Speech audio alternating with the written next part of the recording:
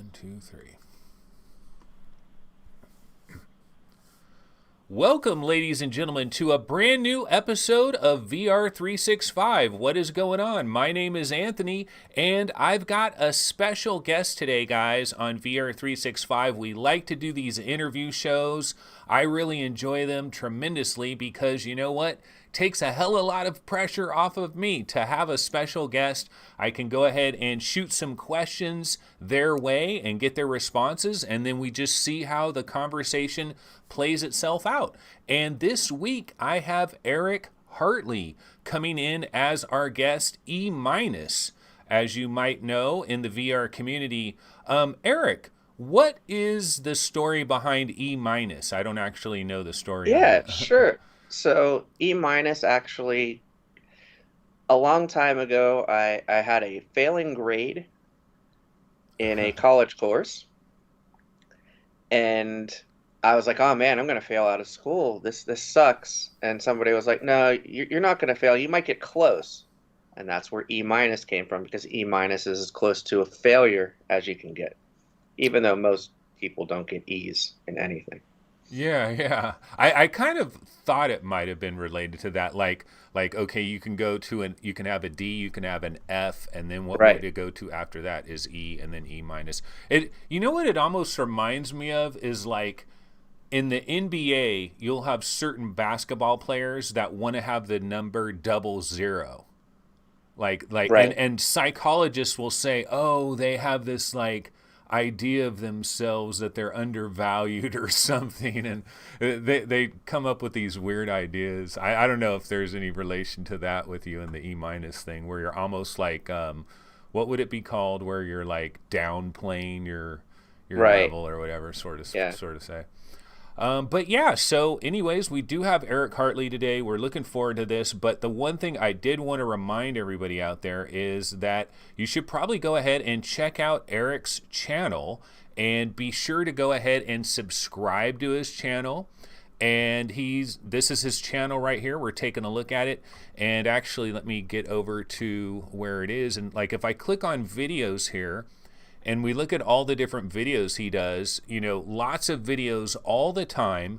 And one of the interesting things I noticed, Erik, about your channel is you do cover a lot of stuff that is kind of like off the beaten path, and stuff that's flying way under the radar maybe. Is this like a deliberate thing, or is it just you're just naturally going to whatever interests you and you just happen to cover a lot of these little smaller things?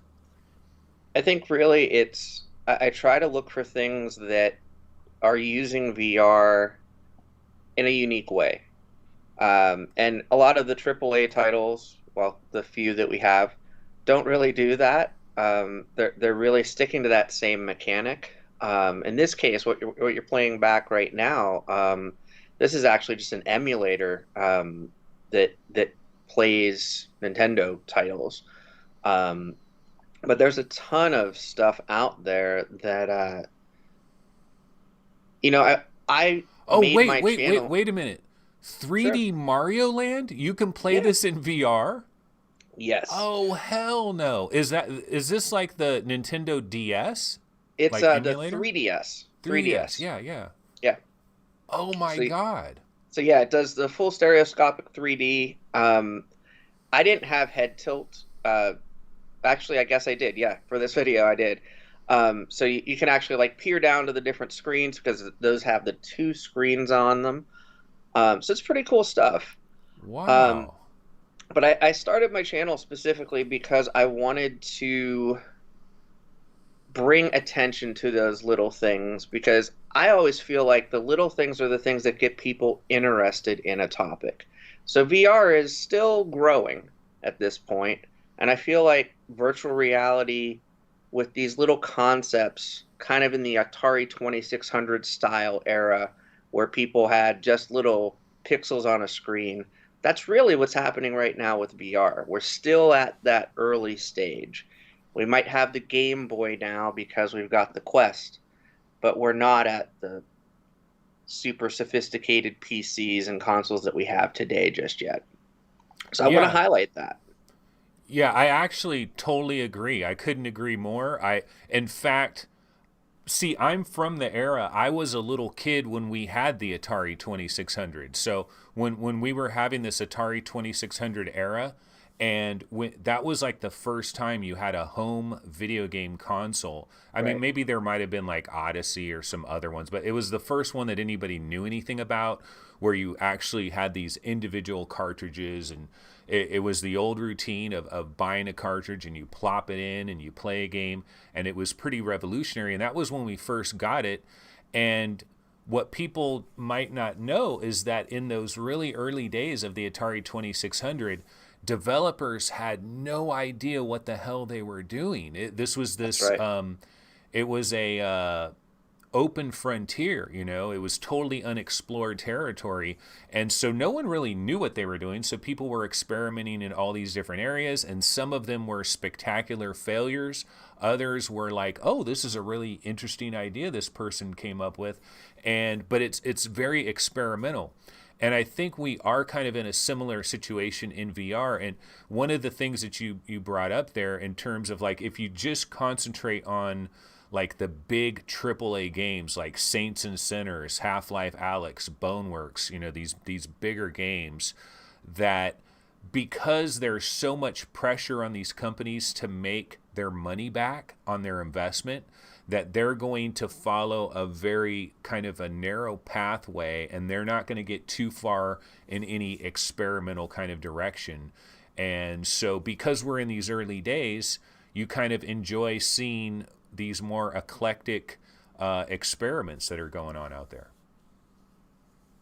Would you say? And that's exactly it. Yeah, I think what bothers me a bit about the larger titles is they still stick to the old video game norms in a lot of cases. So people look at what sort of failed with Medal of Honor as an example, and it used like the 30-second cutscene, basically intros in the first mission, where in a flat screen game, maybe that flows properly for them.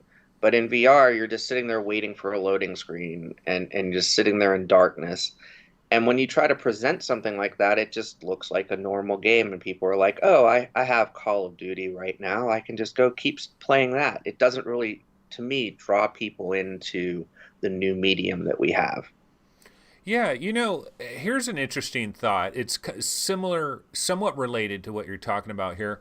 But I've always wondered, like, if we were to go down the rabbit hole of like, what do we need in VR to make it more powerful? Because sometimes you have a VR headset, right? And you give somebody a demo, and they're like, whoa, this is really amazing, and they're pretty blown away by it. But sometimes you give some other person a demo, and they're like, yeah, this is okay, that's fine. And like an hour later, like they'll never even mention the fact that they've tried VR for the very first time in their entire life. Where someone else, it's like this like major epiphany of like, oh my God, this is a weird. So what we know is some people just aren't that impressed with what we've got going on in VR. And one of the things I've thought about is, well, maybe we're kind of going down some of the wrong pathways here. Like we've raced too quickly to try to have like all these good graphics and everything, and we don't have like the foundation yet. And one of the things I was thinking of is like, what if we went to like ultra wide field of view headsets and made that more of a focus? And what a lot of people will say is, well, the problem with that is how do you drive that when you're having this much larger FOV? It's going to put more strain on your GPU. Our GPUs are having enough trouble as it is, just doing like regular stuff at 90 frames a second. Now you're going to give it this super ginormous FOV, which is going to make it just that much more difficult. But my argument to that is, but what if we went back to like little stick figures running around, like Right. Holoception or something like that? Like maybe what we should do is we should concentrate on having like this truly next gen VR experience, even if it's like going back to Atari 2600 graphics and then just build up from there. What do you think about that? Yeah, I totally agree. I think having something where the world isn't necessarily that complete, but you're fully immersed in it, or at least your brain thinks you are, is really what, to me, what VR is immersive media. You're able to actually go in and explore other worlds created by other people, as opposed to, like, to me, my VR headset is a travel tool. I'm traveling to all of these other people's experimental worlds. And I do have one of the Pimax headsets, so it's a bit of a wide field of view, and I do have a lot of problems with it where either the graphics are rendered improperly or it's blurry in even in the center of the screen, which doesn't really make a whole lot of sense. Um, but I think it's because, again, it's trying to push those higher fidelity, higher graphic titles.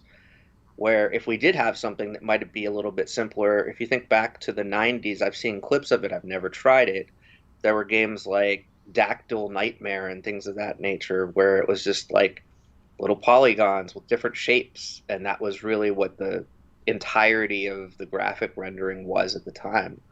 So I think that is something that it may not grab mainstream consumers as much, but it might be the thing that pulls in more of those creative developers that are going to create that thing that makes those mainstream people come to the table. Yeah, because like you consider a game like Fallout 4 VR or Skyrim, right? And Right. they have these like ginormous, expansive, go anywhere worlds that are incredible. Of course, these games weren't designed from the ground up for VR. So you go into a room in Fallout 4 VR and there's a table. You can't like individually open up every drawer with your hands and grab a coffee cup off of the table and throw it against the wall and it shatters. You can't do these things yet. And so but another like you think of Grand Theft Auto 5 and you know they're trying to cover this gigantic city and the outlying suburban areas and all this stuff, and I always think, what if they just tried to make like 3 city blocks and that was it, but they tried to make it so unbelievably detailed within those 3 city blocks that you really feel truly a part of the experience. And that's another example. But then, like you mentioned there, we have a lot of mainstream gamers that maybe they've seen VR on the periphery. They end up getting a VR headset. They try Half-Life Alyx, and maybe that is like what they're kind of looking for. And then they're like, no, what's next, man? There's nothing here, man. Where's Yeah. games? Where's the games? So it's a damned if you do, damned if you don't kind of a thing, right? I mean, we're kind of like Right. building on this scaffolding that maybe needs to be completely torn down and rebuilt and then build on top of that. But there's this temptation to be like, nah, we want some shiny graphics and we want to be able to sell something right now. Any thoughts on that? Yeah, I think it's hard because the people that are in the VR community right now, we know and we can set the stage for, like, not every game is going to be Half-Life Alyx. But there are people out there that really, when they see specific trailers, so for example, you've got the latest Star Wars game on the Quest 2. People see that and they're like, all Quest games are like that, right? Or they see Saints and Sinners and they say, oh, all Quest games are like that, right? And some of them, they're dismissive of it because they're like, oh, that doesn't look as good as my new PS5 that I just got. Um, and some people are looking at it and saying, oh, that looks like it's a big, long, deep game. And then they get in there and 4 hours later they're done with it and they're saying, oh, I want a refund. Um, so it's hard to appeal to every consumer. The other thing is pricing. So if somebody's building a game in VR, for some reason, there's not really a $60 price point like there is for console titles or for other PC titles. It's like the market there is $20 to $30 depending on what you've got, or free to $5 if you've got something that's a little inexperimental. So it's hard to gauge where we should be at this point. I'm glad to see that there is a big variety out there where people have a choice. I've seen people that have been pulled in by games like Borderlands 2 VR, and I've seen people that have been pulled in by Space Pirate Trainer. So it's like it's really trying to find what draws people in. There's a couple of golf games. Top Golf recently came out with their Pro Putt game on the Quest 2 and Quest, and I have friends that bought Quest 2 devices specifically to golf with each other. Yeah, both of those golf games are pretty amazing, by the way. I haven't played Walkabout, but I have played Top Golf or Pro Putt, and Yeah. I thought it was really quite fantastic. And then also the more simplistic graphics kind of really works good on Quest. Speaking of Quest, Right. actually, one of the things that we did want to touch on today is like, let's cover maybe a couple of current topics that are in the news, covering like the present, and then we'll get back into your past, and we can also talk about the future of VR. But let's see here. I'm going to switch over to this window right here, which gives us our trailer window, and we also have chat in the screen as well. And let's talk about App Lab, which is a brand new thing that is available for the Oculus Quest now.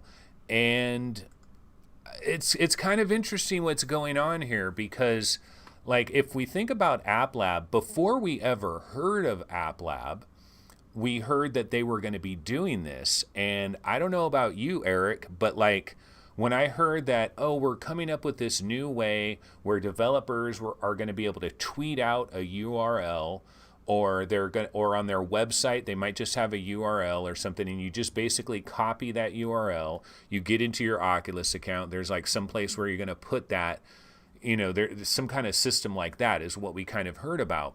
And when I first heard that, like I just assumed that it basically was going to be the same thing that we already have pretty much with like SideQuest and stuff. But what they're basically doing is creating a frictionless way for people to get these things onto their Quest without having to do this developer mode thing, without having to like do these different APKs and all this stuff, just to make it, even though the steps that someone has to take to get SideQuest up and running isn't very much, it's actually quite easy.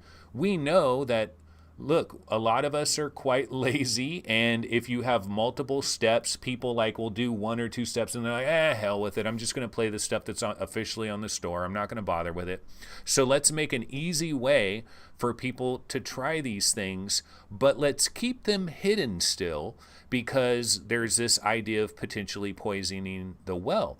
But what I didn't realize was, I had no idea that in this system that they're creating, that they're basically taking over kind of, and they're now this store.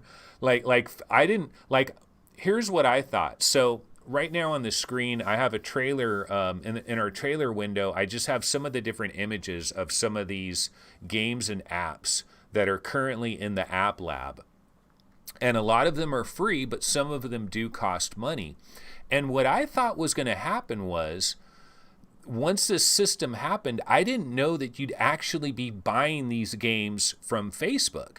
I thought that you would be like buying them on itch.io, or you're buying it on the company's website or whatever. And this is just a delivery mechanism. So like you go to the company's website, you buy their App Lab game, and then they give you the, maybe they email you a URL or something like that, and then you pop that into your thing, and then now you have it on your Quest. But no, Facebook is actually like, this is basically like an experimental store. And I got to assume that Facebook is probably taking 30%, a 30% cut. And so how do you feel about all this, Eric, in terms of like, what did you think this was going to be? Are you surprised at all? No, I'm really not. I kind of expected that this was going to be what App Lab would be. I wasn't sure if they were going to go the full blown, go out to a page that looks exactly the same as a store page. I just assumed you'd click a link and it would download the file. So it would just be like, do you want to install this? Yes, no. But they did go the route of putting up a Oculus store page, essentially without the store for each application. I agree that one of the things that I am excited about from it is the fact that it is a little bit less friction to get it actually installed on your device. The other thing that's important to note is when you have a side-loaded application, in order to get updates and things of that nature, unless they have something programmed into that APK that looks for updates, the only way to get an update is to plug your Quest back in again and look for that revised APK and write over it. So with the App Lab, they actually are going to get pushed updates regularly, just like a normal pipeline Quest or Quest 2 title. The one thing that I'm not 100% sure of, and I don't think developers are really able to talk about, is that cut. Is it 30%? Is it some other value? But I don't know the difference between how Oculus is serving the developers with this. So it's hard for me to comment and say that's wrong or that's right, because they're not giving a lot of the detail behind it. I have heard from multiple people that it is 30%, which is the same amount apparently that they're also taking when you have a title actually featured on the storefront. What I think is odd is they could have opened a concept section like they had on the Rift way back in the day. They abandoned that. First they had Oculus Share. They killed that when the CV1 came out. Then they had what they had called a concepts section on Oculus Home where you could purchase titles, and it said with a disclaimer, hey, this is an experimental title, might be unfinished, buyer beware, essentially. But they stopped that. They abandoned that concept, and now basically, whether it's good or bad, it's just available on PC VR on their storefront. With the Quest App Lab portion, it still calls it a concept. So if you purchase one of the App Lab titles and you go to download it on your Quest, it'll say right in the upper left-hand corner, concept. So I feel like, in a way, they're either doing this intentionally to enable sites like itch.io or to enable sites like SideQuest to continue to thrive. Or they're intentionally trying to shut down exposure to these applications. But I also feel like the Oculus Store in general doesn't really work to promote varied titles. You might see the same 10 or 15 titles on their storefront at any point in time. Do you remember back in? Did you happen to have an Xbox 360 at all during that? Yeah. Okay, so back in the Xbox 360 days, a lot of people don't remember this. I remember it.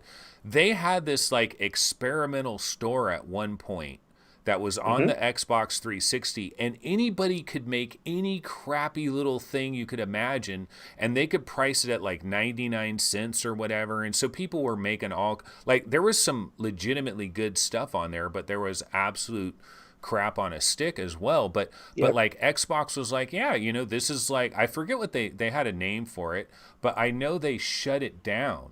And I believe they probably shut it down because it probably just became this thing where, they were getting complaints from like regular people that are like, hey, I bought this for 99 cents and it doesn't even work. They probably ultimately came to this decision that, you know what, this just isn't worth the headache of doing this. Do you think that's the reason why Oculus just didn't have a straight up experimental store from the very beginning? And also, because I don't like, why can't you just turn on your Quest? You go to the store, there's the regular store, and then there could be some little button somewhere that you would see eventually that says like experimental store, and you click on that, and then there's a big warning that pops up and says everything in here is very experimental, it's buyer beware, understand that you're entering uncharted waters, so maybe stick with original store stuff if you don't want to experiment. Like, they could have had disclaimers and stuff like that, but somebody could have still found it on their actual Oculus Quest. Why do you think they're so scared of that? So with the Quest, it's really a push to try to get mainstream attention. Mark Zuckerberg's talked about his ultimate goal, I think, is to get 1 billion people into VR. So he wants to make sure it's things that are meeting specific guidelines, allegedly.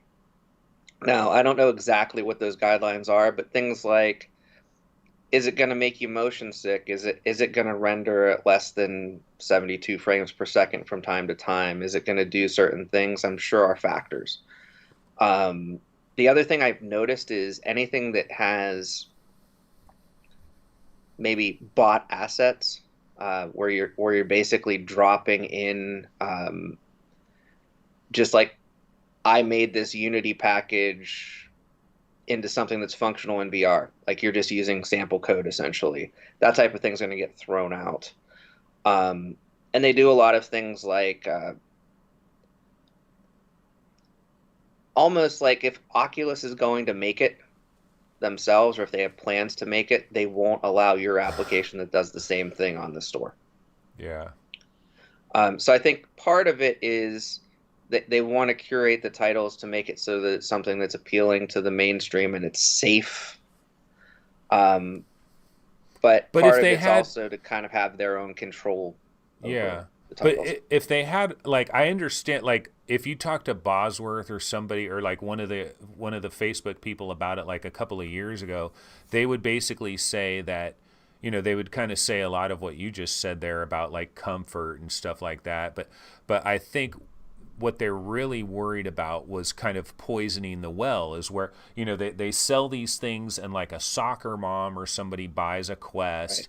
and they just don't want them to get into a subpar experience that leaves a sour taste in their mouth, and they get some really bad motion sickness or something. They end up with a headache for like a couple of hours, and they curse VR forever. So the poisoning the well thing, I mean, I get it, but if they were to have all these different disclaimers and stuff, and it was called the experimental store, like, don't you think that kind of bypasses it? So right now what they're doing is, it's like invisible. So for them, they're happy with the fact that it's completely invisible, because it's not going to poison anything for anybody, and the only people that are going to find it are like the people that really, really want it.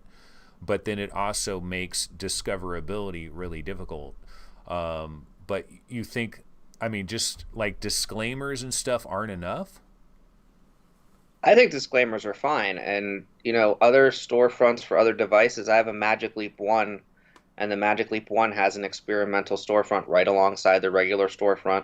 You click a tab, it comes up with a pop-up just similar to what you're saying, where it's like, hey, these things might not be finished, might not work optimally on this device, but it allows me to buy them and download them, and it's seamless. There's no extra step. Whereas even though this now makes it easier than side loading, there's still the extra step of having to find that link, and still having to log into Facebook. So when you're purchasing these applications, you have to log into Facebook on the Oculus storefront page, or I don't know actually, because I do have my Facebook linked. I guess it may still work if you have an old Oculus account. I know they're trying to phase those out.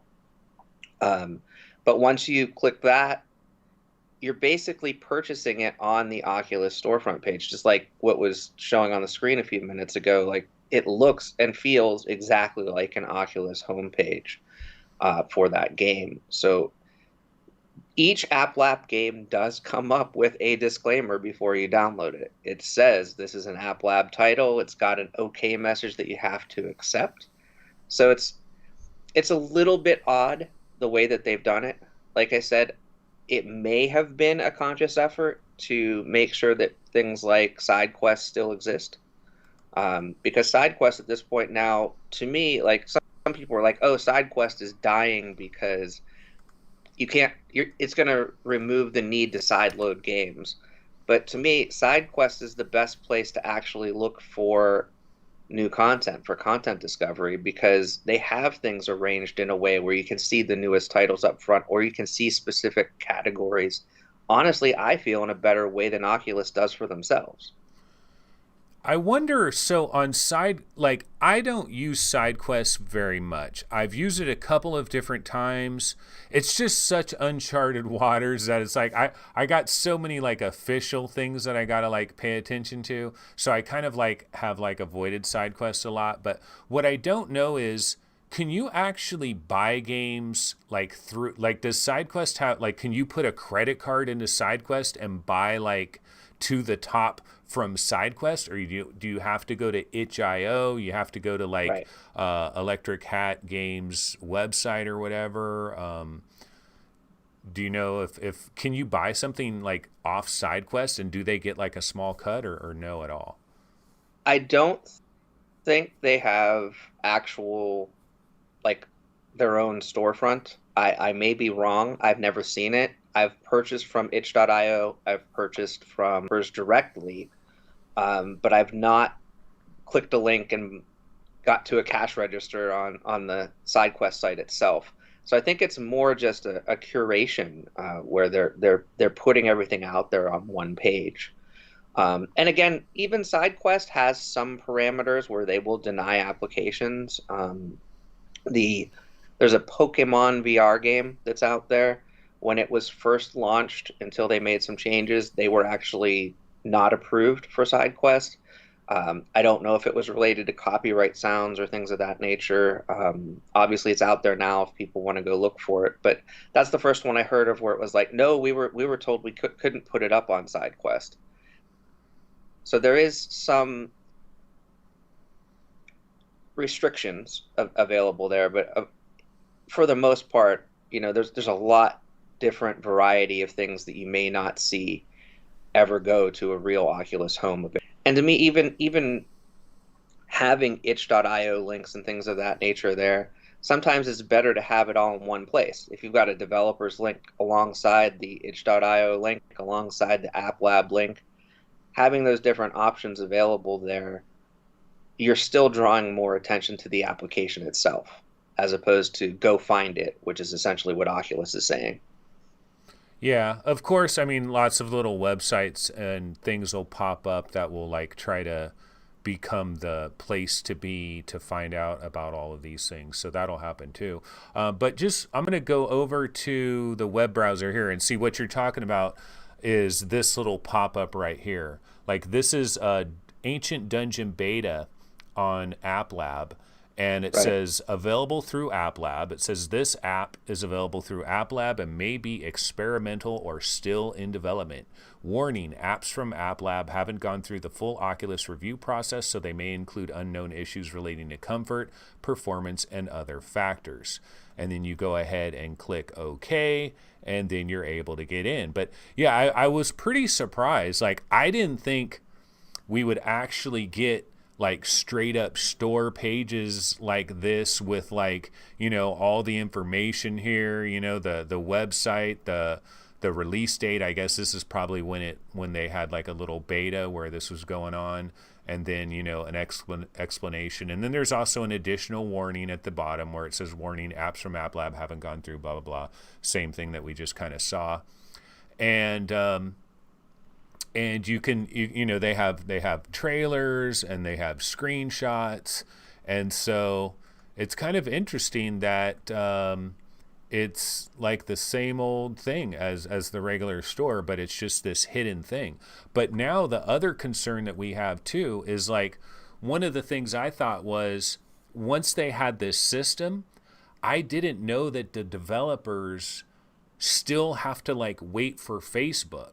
Like, I thought a system was going to be created, and then basically anybody could just do whatever they want to do, and then they could have a link, and then it would work in this system. But I guess from Facebook's standpoint, I kind of understand it, because you have stuff like some of the different Doom and Quake and stuff like that, where you have legality issues here. Like, do they really have the legal rights to have these things on there? And it's debatable as to whether or not, because like you get some of the like Doom 3, if you have to legally buy that game and have that in there so that it can connect to it, but then id Software isn't the one that's actually marketing this. So What do you think about that? Like these developers are going to have to now jump through whatever additional hoops there are to get officially onto App Lab.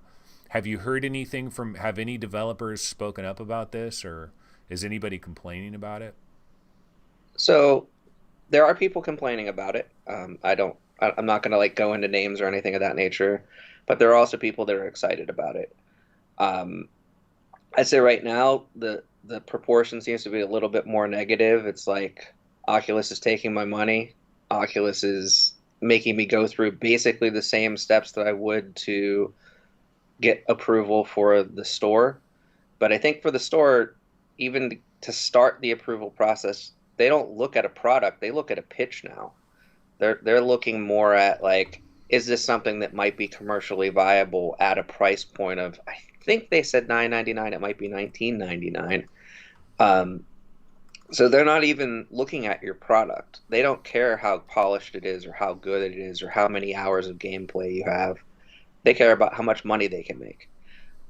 Whereas with App Lab, it's apparently a little bit less restrictive, um, allows for a bit more experimentation, but you nailed it with one thing, and I'm going to mention it in a slightly different way. So you mentioned Doom with, you can get Doom 3 Quest on SideQuest, and you have to get the files for Doom 3 from elsewhere.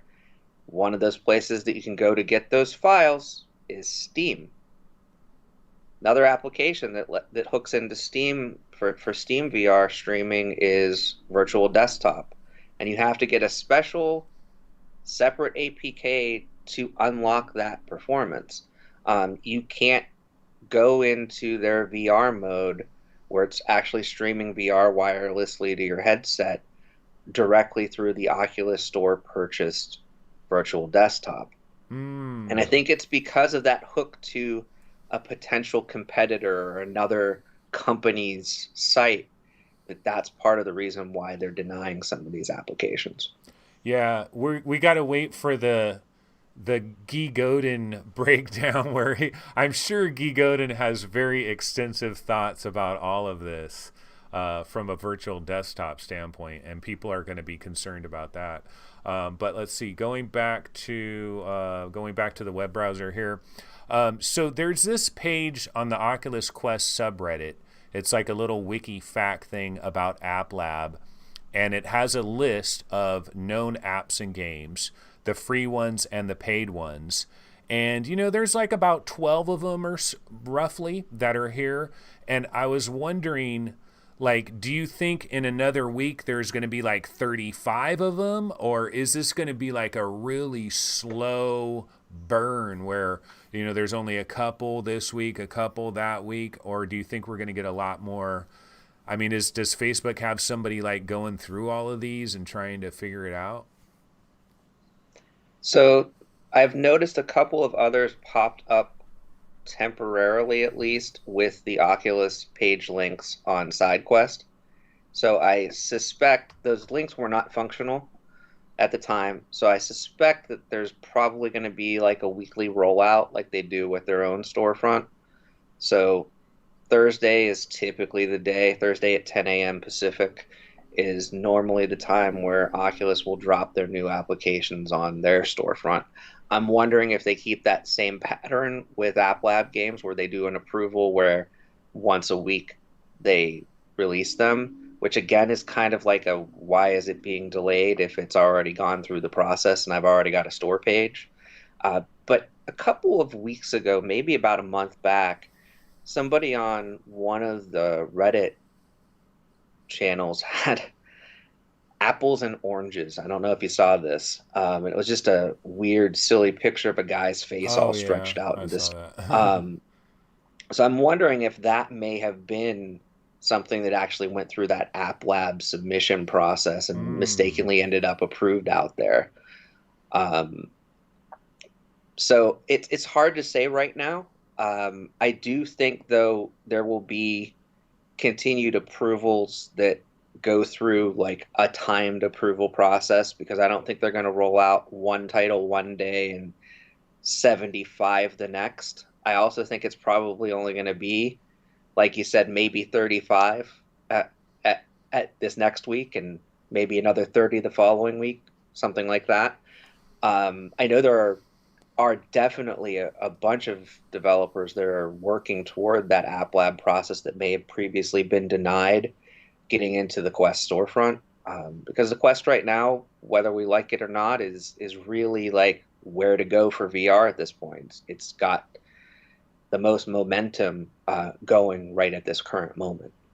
Yeah, it's pretty ridiculous how much like I know certain developers personally. Like I'm working with this one developer doing a little bit of consulting on the side, and so I've talked with them a number of times, and like the thought of getting their game onto the Oculus Quest store is basically the make it or break it thing. Like it could literally decide the fortunes of their company. If you get onto the Oculus Quest store officially, a lot of like people that are having success there are selling 10 times, maybe even 15 times the number of copies on that official store compared to Steam, Viveport, any other service out there, the Oculus Rift store, whatever. The Quest does seem to be where it's at, and the one of the guys in Rec Room, one of the Against Gravity devs, like thinks that maybe Oculus has sold as many as 3 million just in this last couple months of the Quest 2, based on their numbers. And that doesn't surprise me because even SideQuest has come out and said that they've got over 1 million active users. So if they've got 1 million people using a side loading website, there's got to be 3 or 4 million out there. Now, that's not necessarily all Quest 2. That could be, or that could even go back, I guess, to the Go, because there are some applications that are Go compatible out there too. But I think the good chunk of that is going to be the Quest and the Quest 2 for sure. Yeah, a lot of people think, like, I've heard a lot of people say, if the Quest 2 was selling so well, and then back when the Quest 1 was first out, if the Quest 1 is selling so, like, if the Quest 1 hit 1 million sales, Oculus would shout this from the mountaintops. So the fact that they're not doing it means that it hasn't hit blah, blah, blah. I disagree with that because in these early days of VR, why give up all this information to everybody else that if you don't like, yeah, if it hit 10 million sales, maybe they would shout from the mountaintops about that. But I don't think the fact that they haven't like officially announced numbers means something really bad. I think maybe sometimes they just want to keep that close to the chest because these are the early days in VR and you don't necessarily want to signal to Sony and all these other competitors that, hey, there's a gold mine happening here. Maybe we want to keep it a little quiet for a couple more years. I don't know. I kind of feel like from that particular company standpoint, they've got their goal of getting 1 billion VR users or 1 billion people eyeballs on a certain screen. They may not say anything until it hits that point. Um, and if you think about console sales and things of that nature, when it's not a super successful console launch, they're not going out there and saying, "Hey, we sold 400,000 of whatever this console is." They wait until they hit 10 million, just like you said, or 100 million, or like super high number milestones, and then that becomes more of a selling point for the product because they're like, "Hey, if 10 million other people have it, it must be good, right?" And I don't see Oculus doing that. I don't I don't know if that's really truly what it is, where it's they're looking at they don't want to draw the attention in to get other people potentially in there and saying, "Oh, VR is something that has potential." Because honestly, VR when we started, we had a bunch of different VR headsets 5 years back. We had the Vive, we had Pimax had the Pimax 4K. We had Ant VR had like there's a bunch of random companies out there that all put out headsets around the same time, not to mention all the mobile 3DOF stuff that was out back then. So I can't say people didn't look at VR and say, oh, this is the next gold mine, because it definitely happened, and it's kind of scaled back since then, where Oculus right now is kind of, at least here in the United States, one of the only real players. Like when I talk to people, they don't even mention the other headsets. They're just all saying, should I get a Quest or Quest 2? Yeah, and this is going kind of towards the future, and because we're on this subject, I figure I might as well just ask you this right now. But in regards to the Quest and the runaway success that it appears to be having, like if all we looked at was just the standalone market, because a lot of times we hear, oh, Facebook has like 52% of the VR market, but that's not standalone. If we just looked at standalone by itself, it'd be like 95%. And my question for you, Eric, is if you're Sony, if you're Apple, if you're Google, if you're Microsoft, don't some of these other companies need to be concerned at some point that they're just letting this one competitor just completely run away with this standalone market, and just because Facebook essentially is like buying up all this beachfront property. It's like they're on Honolulu, and they're buying up all the beachfront property. And where's Sony? Where's Micro? And I'm not saying those companies have to have a product right now, but what I'm wondering is like, because a lot of people think about Sony and they think, oh, Sony's going to make a PlayStation VR 2. It's going to work with the PlayStation 5. You're going to have to buy a PlayStation 5 if you don't already have one. And then you're going to buy this extra accessory, and then it's going to work with that. And one of the things I'm thinking here is like, why? Why would Sony do that? The path has already been laid. The standalone path is there. Why make somebody buy some additional thing? I can go to Target, I can go to Walmart, I can go to Costco, and I buy one singular box. It has the controllers, it has the headset. There's nothing else. I don't need to wire anything together. I don't need any processor box. I don't need a PlayStation 5. I don't need a PC. Isn't this the future? And so my question, Eric, are all these companies just going to let Facebook just freaking run away with this? I'll say this. There are definitely XR1 and XR2 chipset headsets that are in development right now from multiple manufacturers. So it's not that Oculus pulled together the Quest 2 extremely fast. Especially due to the fact that we have a pandemic going on right now. I don't know how they got all the parts and all of the quantities that they got out there. But there are a lot of other companies that are building things right now that could be competitors. I think what my concern is Oculus also has that established storefront already. They've got, probably by the time a lot of these competitors start coming out, 200 titles that are quality titles that are going to be hitting there. It's like going back in the day again, back to old consoles. If you launch your console and you have 8 titles, and somebody else launches their console and they have 100 titles, which one are you going to go for? So not only just name recognition, but also having that built-up storefront of titles. There were other six-off standalone headsets prior to the Quest 2. We had the Vive Focus and Vive Focus Plus. There was a Lenovo headset that was Daydream compatible. So those devices existed prior to the Quest. But those devices, I have a Vive Focus, and still to this day, it's got like 40 titles. Most of them you could also play on a Daydream headset or on an Oculus Go, and there wasn't really a draw to that six-off at all. Like, yeah, you could walk around the scene and things of that nature, but you couldn't really do much with it. So having that huge library is also a huge factor, and I think that's what someone's going to have to overcome. So whether that's Sony, and Sony has something similar to maybe a Vita.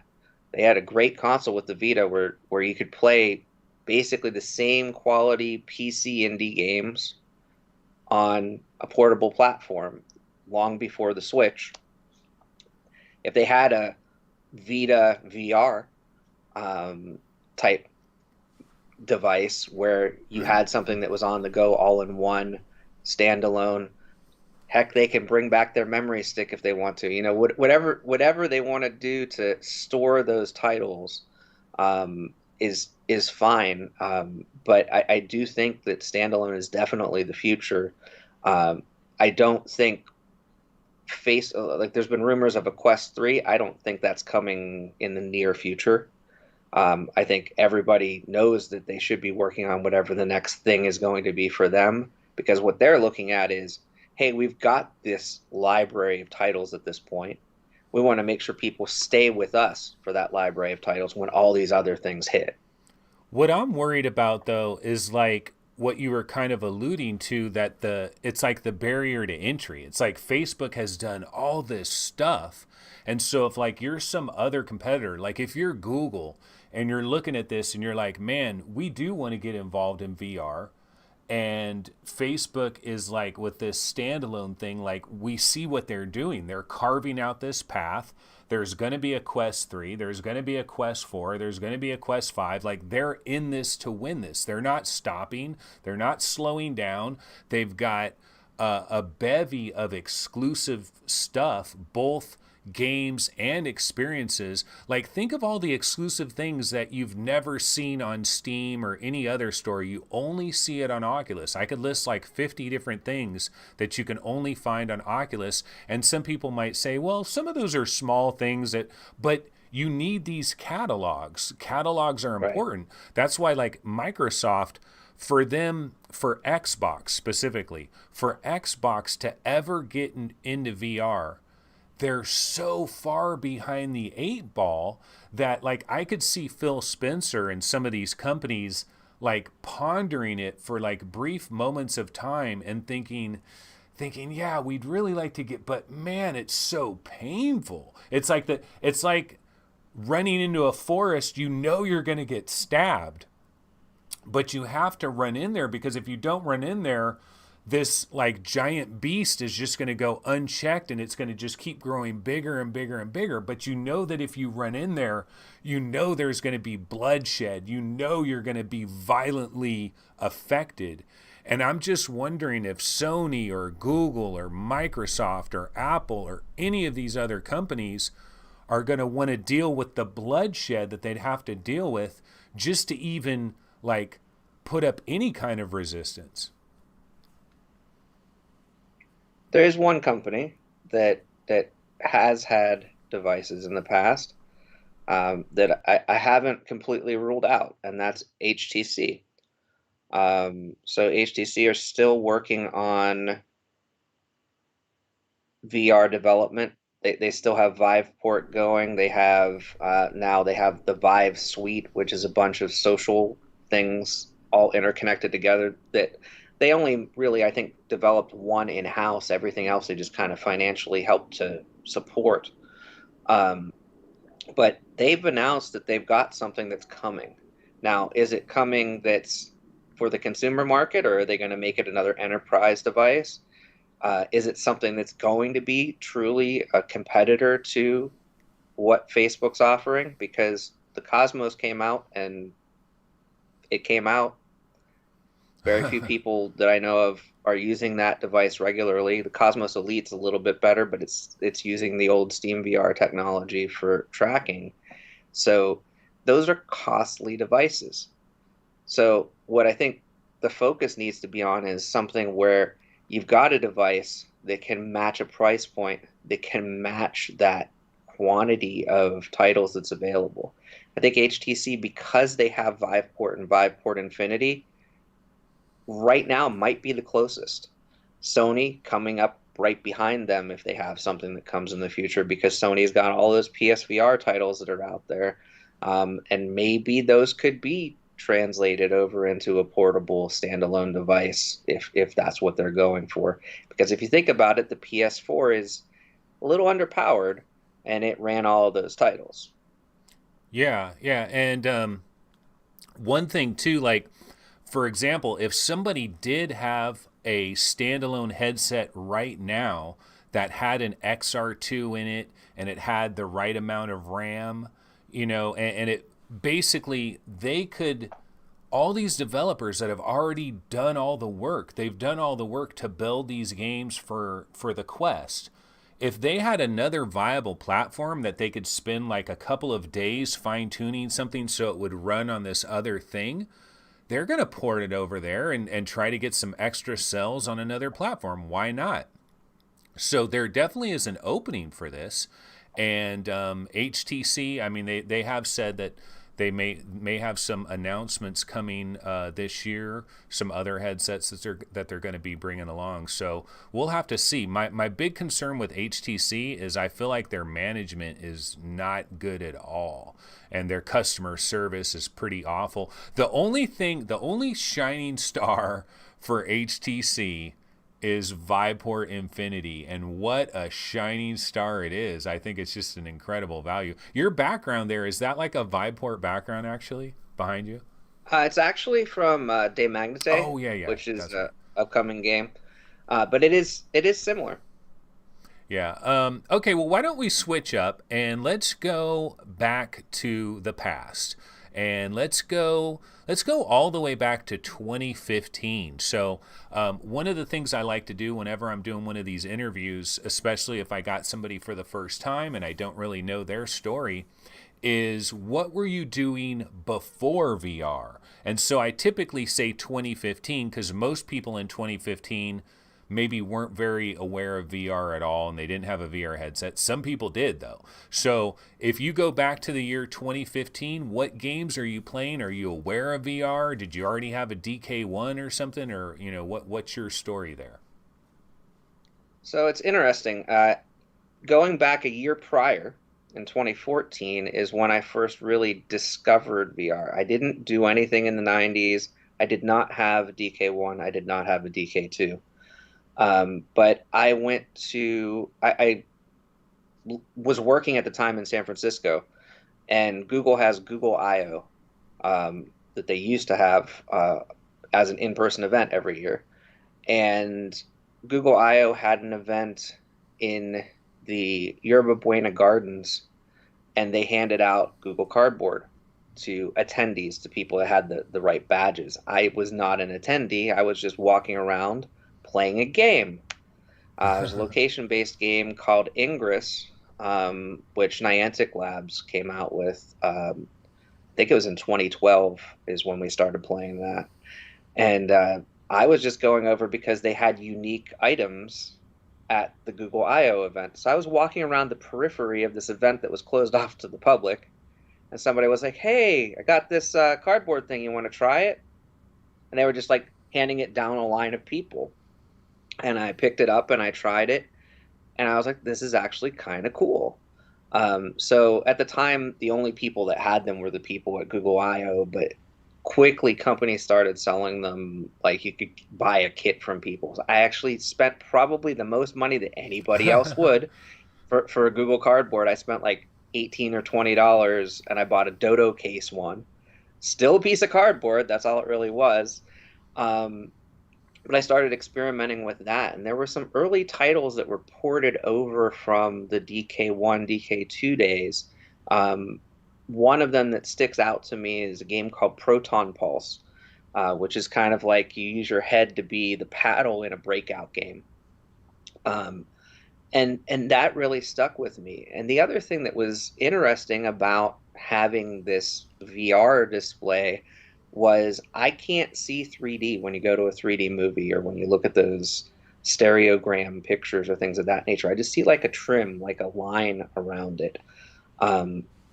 So it was really the first time I could see that 3D depth in a device. And it's because somehow my eyes work okay with the stereoscopic side-by-side or half-half that a HMD provides that I can't get with just those regular glasses with an image in front of me. So that was kind of my infancy with VR. But what really made me a believer in VR is, again, for Ingress, we traveled down to San Diego for Comic-Con one year. There was an event for Ingress there, and It was July of 2015.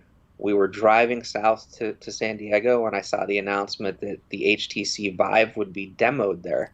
And this was still really early demo. They had, I think, 4 titles that had been announced in development for it. I had been following Tested, um, the Adam Savage's Tested podcast channel, and they had gone and they had done a demo, I think at either GDC or um, might have been CES of the device. And they're like, oh, this is amazing. This is like next level VR. So I had seen this and I said, okay, well, I know what we're doing when we get to San Diego is we're going to pull up next to this semi truck where they're doing this demo. We're going to get in line because I know it's going to be a crazy line because people are going to all want to do this. So we did. We got in line about 7 o'clock in the morning. They opened at about 9, and I was like, "Yeah, we're third in line until all of the VIPs and all these other Oh people ended man. up cutting in front of us." Yeah. But it's funny. My wife got to do the demo very early, and then I had about an hour lag between her time and mine. And then I did it, and the demo was the blue tilt brush and the aperture robot repair demo. Wow. Yeah. And the blue, I was just like, oh yeah, whatever. You know, this is kind of cool. It's just like, a movie or something. Like I can walk around in the movie. But when I grabbed the controller with tilt brush for the first time, and I started painting, and the guy's like, oh, you can walk around too. And I realized that I could actually see this image in front of me, and I could walk through what I was creating. It was amazing. And that's what really truly made me a VR believer right there. I drew some flowers or something in a pretty remedial old version of Tilt Brush. And I was like, yeah, this is for me. This is something I want to definitely stay with for a while. So in 2016, when the launches happened, like around late March, early April, for the CV1 and for the Vive, respectively, did you end up pre-ordering one of those or both of those, or what would you do? I skipped the line.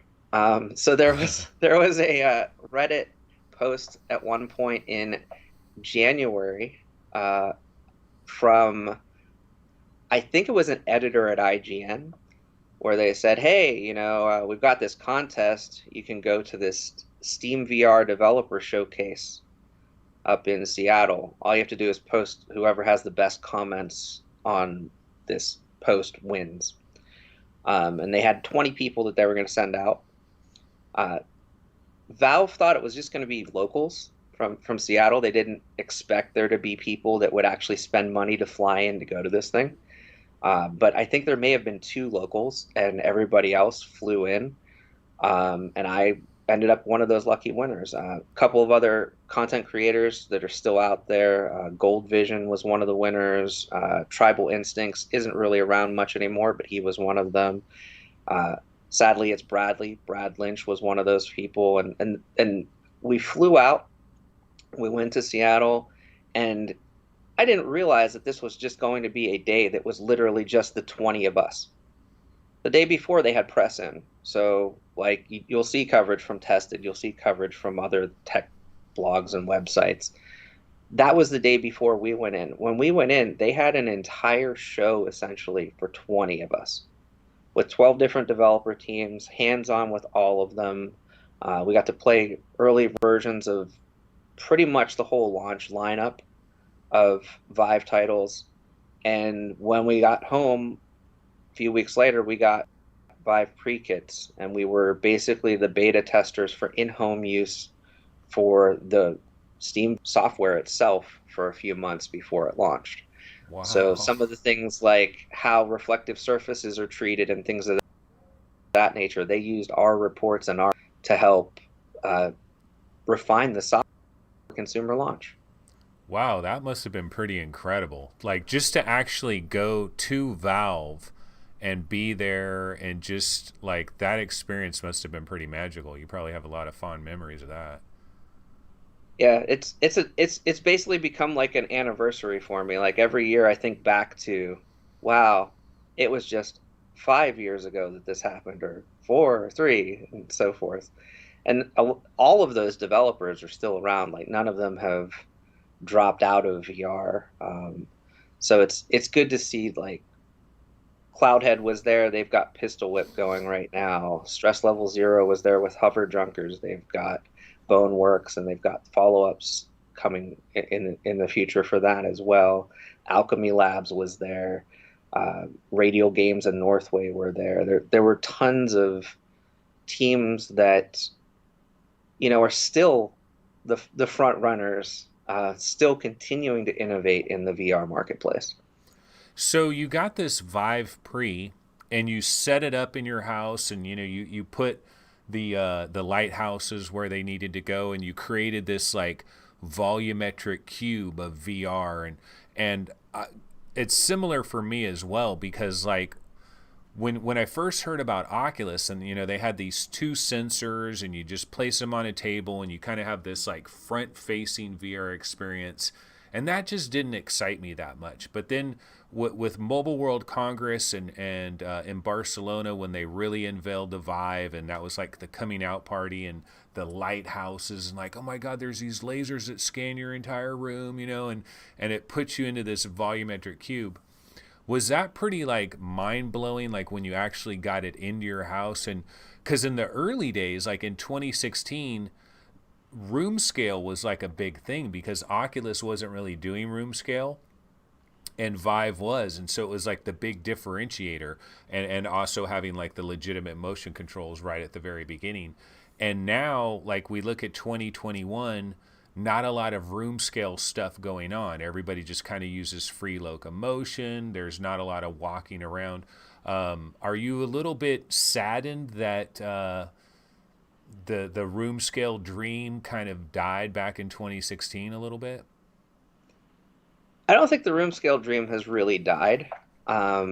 There's some really, really good titles coming. The standout for me right now is Eye of the Temple. I don't know if you've checked that one out, but it's essentially real physical walking around locomotion, but only in a 9 block area where you're basically like backpedaling and things of that nature, so that you're not going outside of a set of bounds.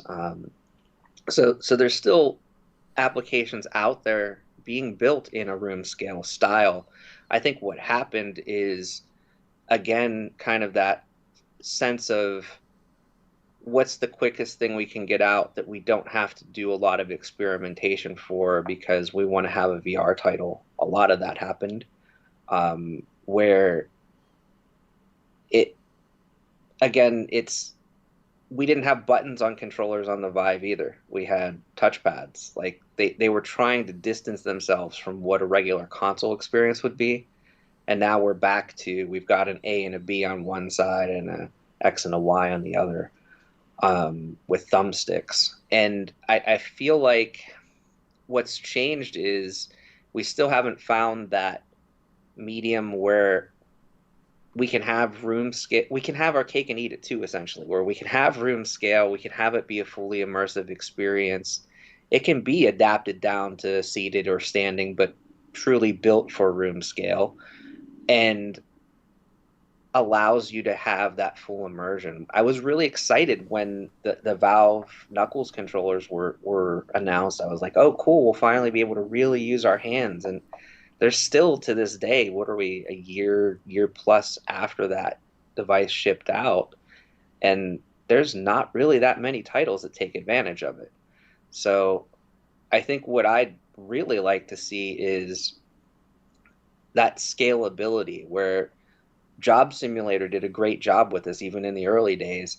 If you have a small space, like if you have a table in front of you and a wall behind you and you can't get anywhere else, they scaled down that room. So if you were in their kitchen or their garage or their office or what have you, you could reach different items without having to use weird mechanics. And it was really more lifelike than teleporting around or things of that nature. And they did it well even from the early days. Like they had the small size, the large size, the medium size, the extra large. And they've continued to focus at Alchemy on like making things that are scalable to, they have, I think, a short people's mode for kids and things of that nature.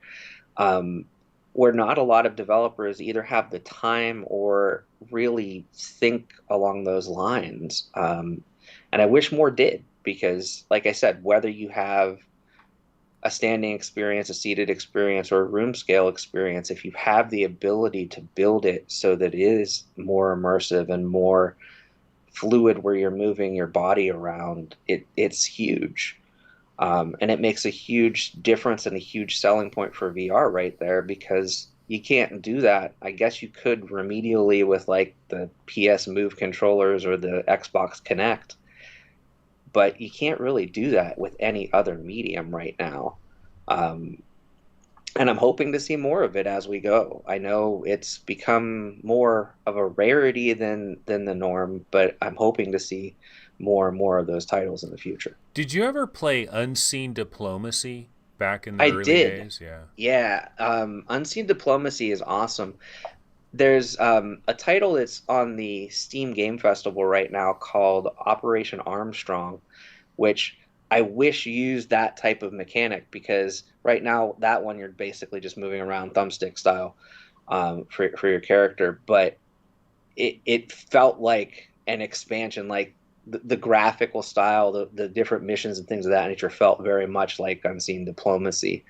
And that one was awesome. I really liked Unseen Diplomacy. I liked how you had to like sneak around, crawl sometimes, stand sometimes, duck behind things, and it's still really mapped to. I think you still needed a bit of space for it. You needed I think a 3 meter by 3 meter space at the time, at least. I don't know if that's still the case on Unseen Diplomacy, but back when I tried it, it was a pretty massive environment that you needed for it. But it was one of those early titles that really made you have to actually do what the actions were in the game. You were that character. God, I'm thinking now, wouldn't it be the perfect port to the Oculus Quest? Because one of the problems of playing Unseen Diploma, like you would literally be crawling on the ground, physically crawling on the ground, Yep.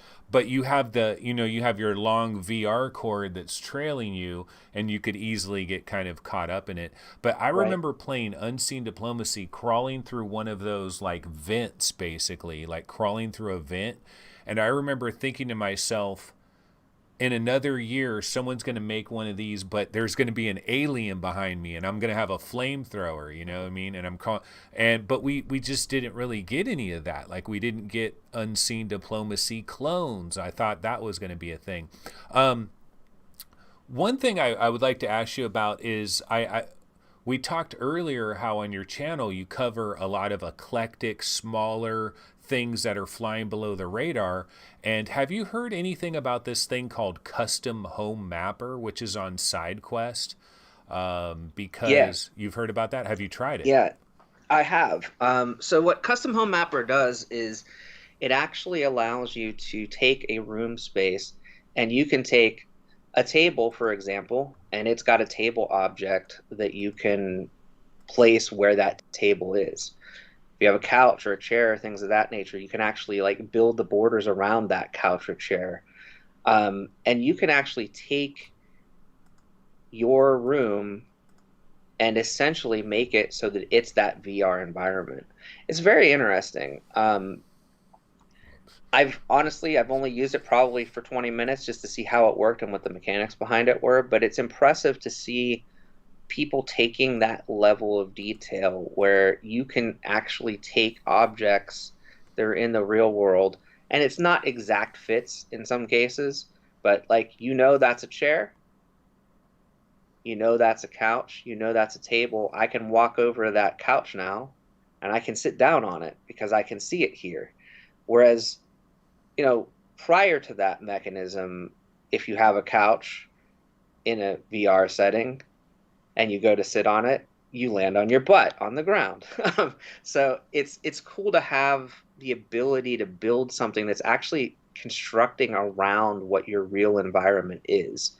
I don't know how practical that would be for a game, like in a normal circumstance, because that setup time, it's like building one of those old European style board games where you have 10,000 pieces.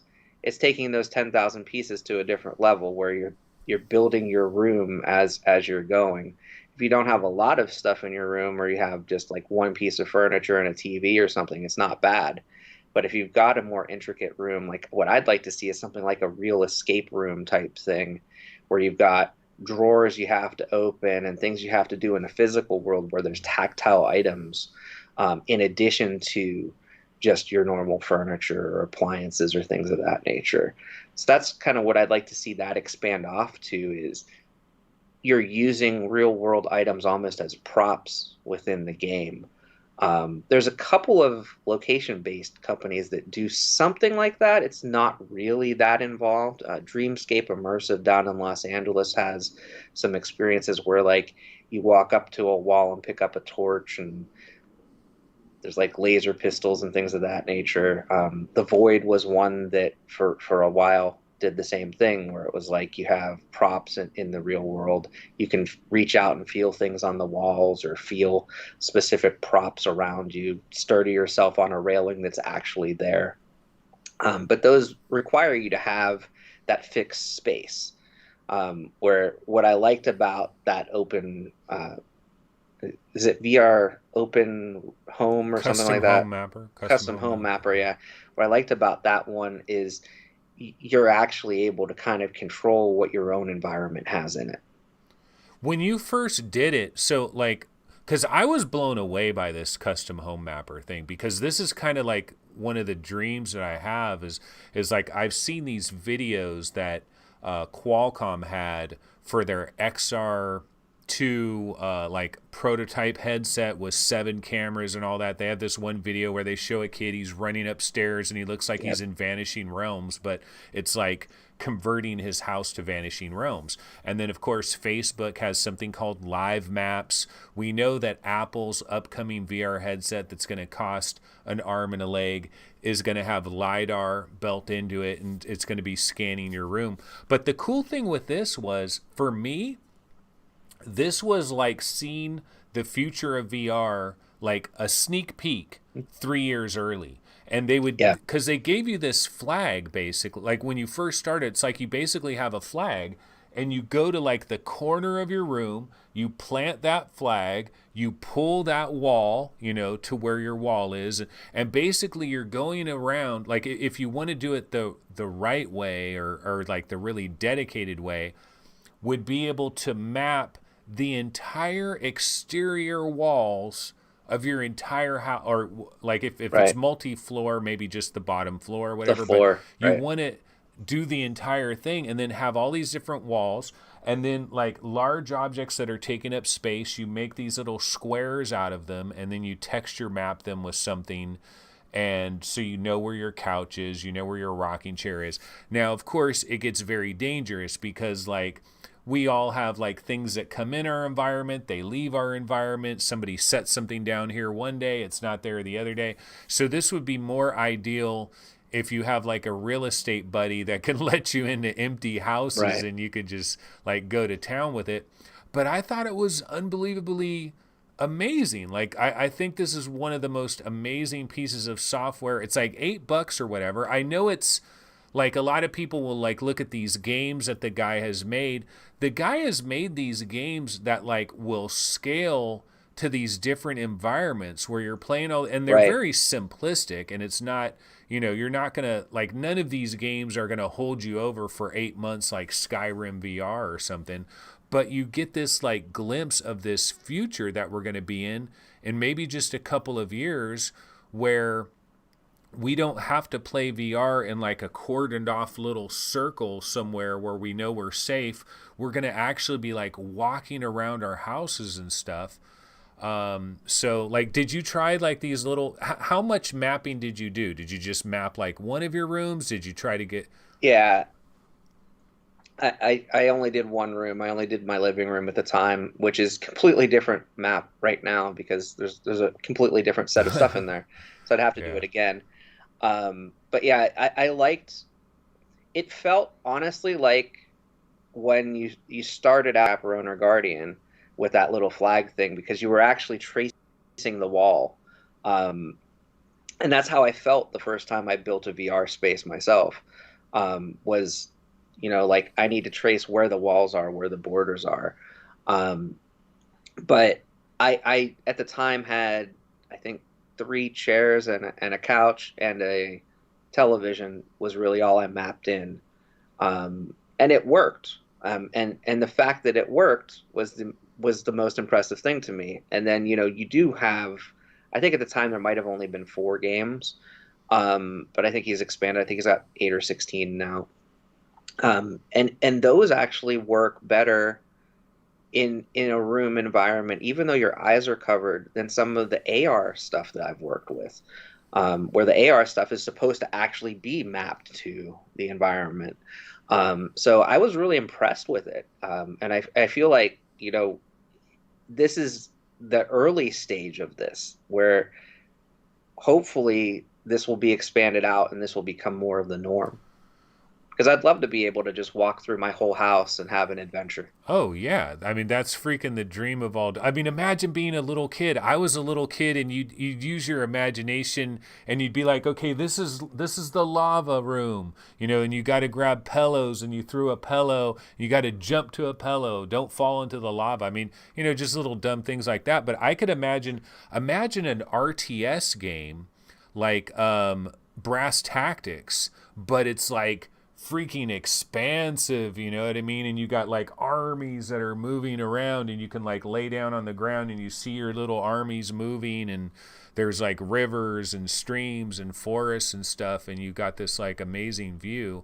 I just think there's so many incredible things that could be done with this, but it does the barrier to entry in terms of like making sure that it's safe and you don't have objects you're going to trip over and you're accounting for everything.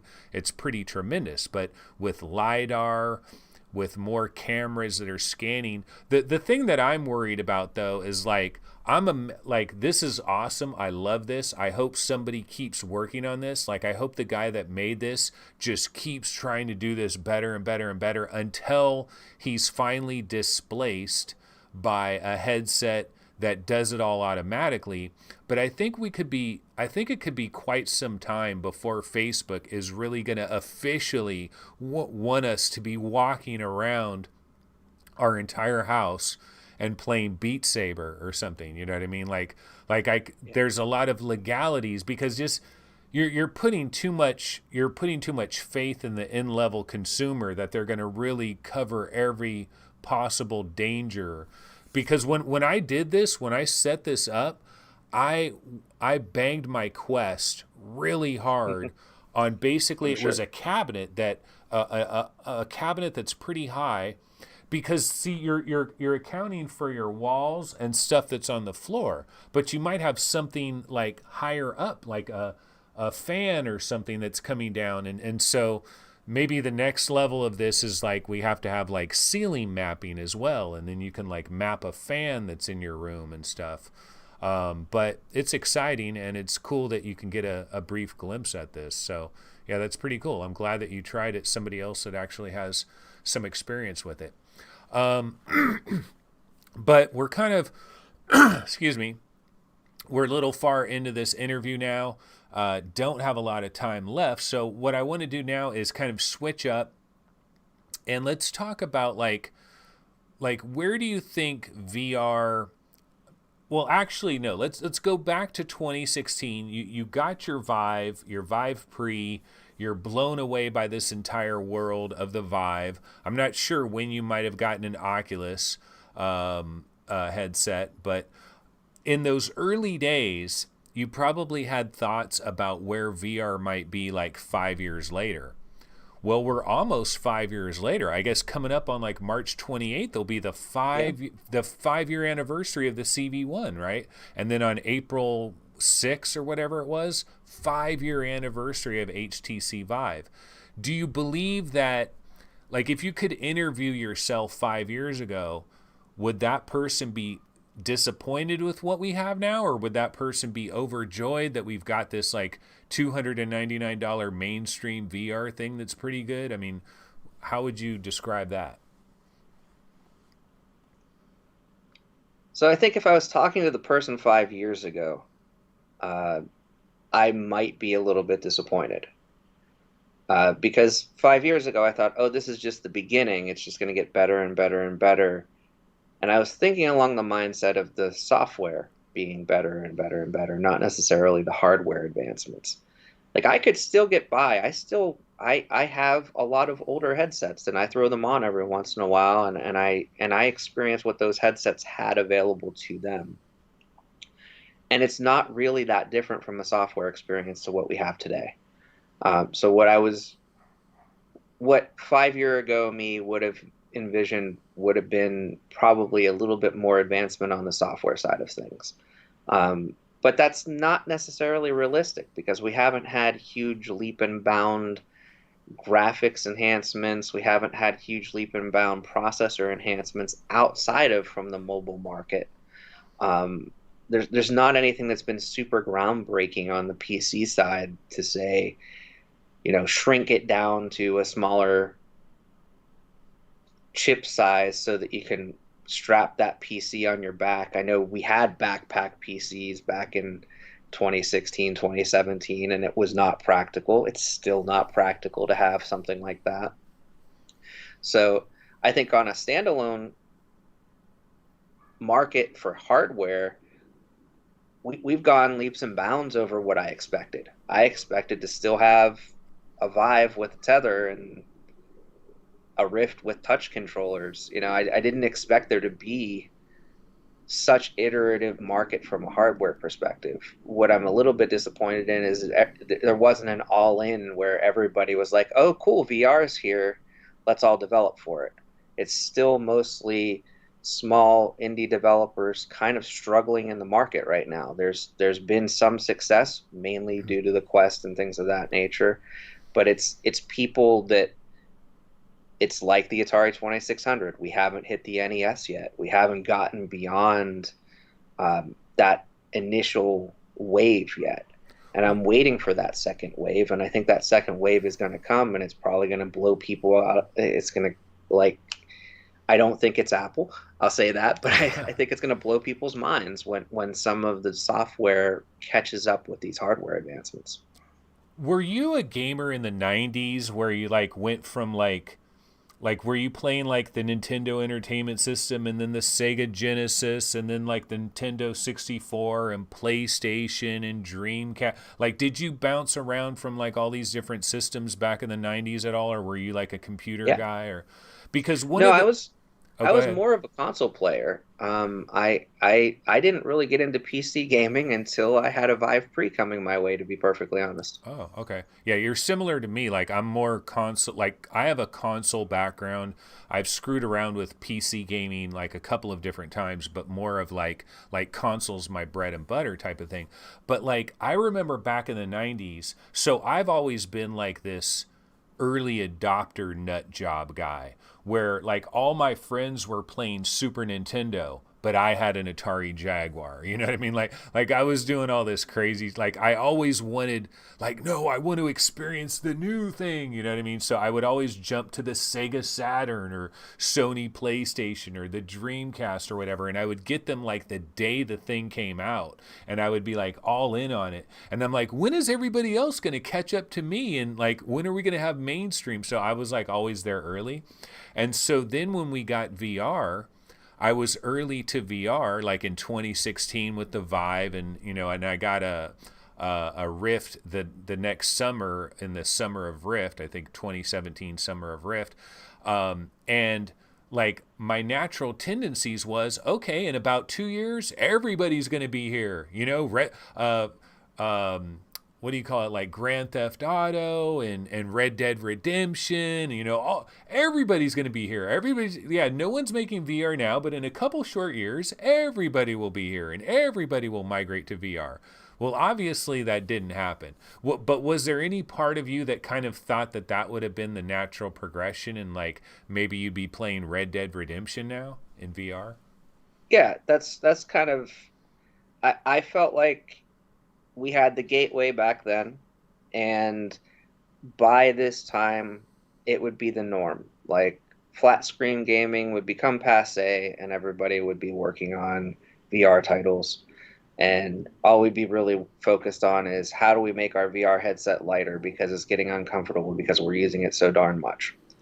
And that didn't happen yet. And you think it's probably just we were overly optimistic. We're just a little bit too early to the game, and like maybe in 2016 we didn't have an Atari 2600. Maybe we had the Odyssey, or maybe we just had the Pong machine that you would get that only played Pong. So maybe we're just still a little bit too early. And now that we got the Quest, maybe that's the Atari 2600. We haven't even gotten to the Nintendo Entertainment System. And all you really young people have no idea what the hell we're talking about right now. But yeah, we're probably a little early on in that. Okay, one question I did want to get to you here is, let's see, I want to switch to this viewpoint here. And I ask a lot of guests of the show, let's see if I can find this here, is I ask this question, and the question is, has VR hardware hit a baseline? And so basically what I'm trying to say here is like, has VR hardware hit the Nintendo Entertainment System? It goes back to that analogy, basically. You know, the Atari 2600, Intellivision, ColecoVision, like they really didn't know what they were doing so much. When we got to the Nintendo Entertainment System, that was like this new baseline. And it's like, okay, now we have this new baseline. We understand this, and now we can make games for this new baseline level. And so my question is, are we at a baseline, or does our hardware, like, do we have serious hardware limitations that are keeping us from being at this like baseline level? I've heard different arguments on either side of the coin. So it actually depends on how far back you want to go. If you think about the development of virtual reality over the past 25 years, we've made some pretty substantial advancements. There was, at one point, a Virtual Boy and a Jaguar VR and a Sega VR all in development at the same time. And only one of those devices came out, and it wasn't really VR. So if you go all the way back there, that could have been your Pong. Or you could think, oh, the Gear VR, you know, it was 3'd off, it wasn't really positionally tracked. Maybe that's your Pong. Or the DK1 might be your Pong. So it really depends on where you want to start that progression from. To me, my entry point wasn't really until, like I said, Cardboard and then Vive Pre. I still think if I'm judging based off of the Vive Pre, we haven't really gone that far. We took a wire away. We took a computer away. So the need to have multiple devices is impressive, but the actual technology behind it isn't really all that different. Putting cameras inside the headset as opposed to cameras outside, it's an advancement, but it's not an advancement that changes how the games are played or changes how things work inside the device. Having positional tracking and room scale, maybe that's the point where you move from Pong to having an Atari 2600. I'm still not going to the NES yet, but I feel like, you know, there was an advancement there, and it was a substantial advancement to have actual positional tracking, to have actual motion controllers and things of that nature. So I think that was the first real advancement, at least from a consumer level, that brought you more immersion, that brought you more into the games. I don't really know what you add next, though. I think one of the things we talked about earlier was having an increased field of view that's able to be well processed and things of that nature. Wait, 1 second. So I have this Sure. question. It's going to be delayed. I don't know if you're watching the YouTube stream, but Yeah. I have a question where it's about next gen VR, and I also ask this of like every guest that I have on is Sure. like, what is the key feature? So like, if Facebook brought you in, or HTC or Sony, and they're like, hey, Eric, we want you to sit at the boardroom. We're talking VR, and we want the opinion of like a longtime VR person to kind of give us what they're thinking about the future of VR. And so Remember back when I gave you that example of like you put a VR headset on a certain person, they're like, "Wow, this is really amazing." But there's these other people you put the headset on, 10 minutes later they've forgotten about it and they want to go watch some football game or soccer game or something, and they're just not, like, it didn't do anything special to them. What's the problem here? Why are some people completely blown away and others it's like no big deal? So that comes to this question here: what's the key feature for next gen VR? Resolution, field of view, the comfort and the weight, maybe eye tracking combined with dynamic foveated rendering, wireless, play space reskinning and understanding is kind of like custom home mapper, but where it's done automatically. Varifocal lenses, like Facebook was really into that at one point. The advanced avatars, maybe that's the game changer that we need. Built-in 5G modem, I don't know if that's going to allow like streaming where we could have volumetric video that's incredible or whatever. Facial tracking is part of the advanced avatar thing. Next gen AR pass-through. It appears that Apple is very, very interested in this aspect of it. They're really pushing that one. What about full body tracking? I don't know if you heard about this one headset.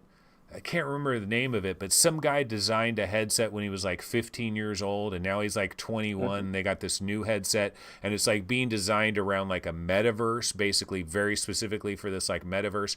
But they have cameras on the bottom that are doing actual body tracking built into the headset itself. So like putting your body into VR. So Eric, this is a tough question, but what if you could only pick one of these? What if you're going to min-max the shit out of this thing? Are you all in on resolution? Does it got to be 16K for each eye? Are you all in on field of view? Like, where do you go with this? Where do you go all in on?